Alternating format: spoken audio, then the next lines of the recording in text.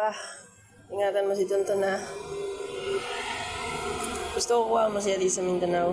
Gusto ko sa Bicol siya. Sana. Sa last kontaram na. Sana naman. Ba't mo man ako pa? Sa mga nag-ibang mo sa kuya. Patawad ka na ka ito. Dahil mga pibayangan sa day pa kami. Isa pa, dami mong sakripisyo. Iniwan tayo ni mama pero hindi mo kami iniwan. Salamat pa. Oo, naging matigas ang ulo ko pero hindi yun sa nag-rebelde ako sa'yo. Kagustuhan ko yun, akong pumili. Kasi ikaw nagsabi dati sa akin. Ikaw tatakas sa sarili mong daanan. Salamat pa sa paggabay mo.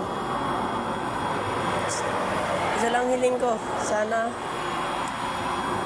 kunin mo si Tantan, yung anak ko.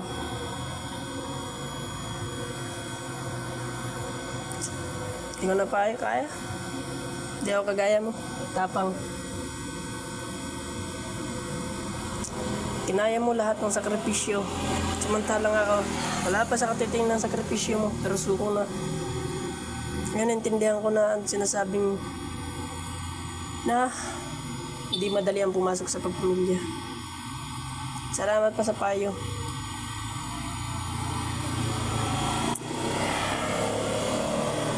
Salamat. Sa mga kapatid ko, ingat kayo palagi. Wala na kayong kuya na tatawagin sigurong tarantado. So muna ka. Salamat. Ingat ka dyan pa. Tiwala man ako sa mo. Tiwala ko sa'yo, mga anak ko.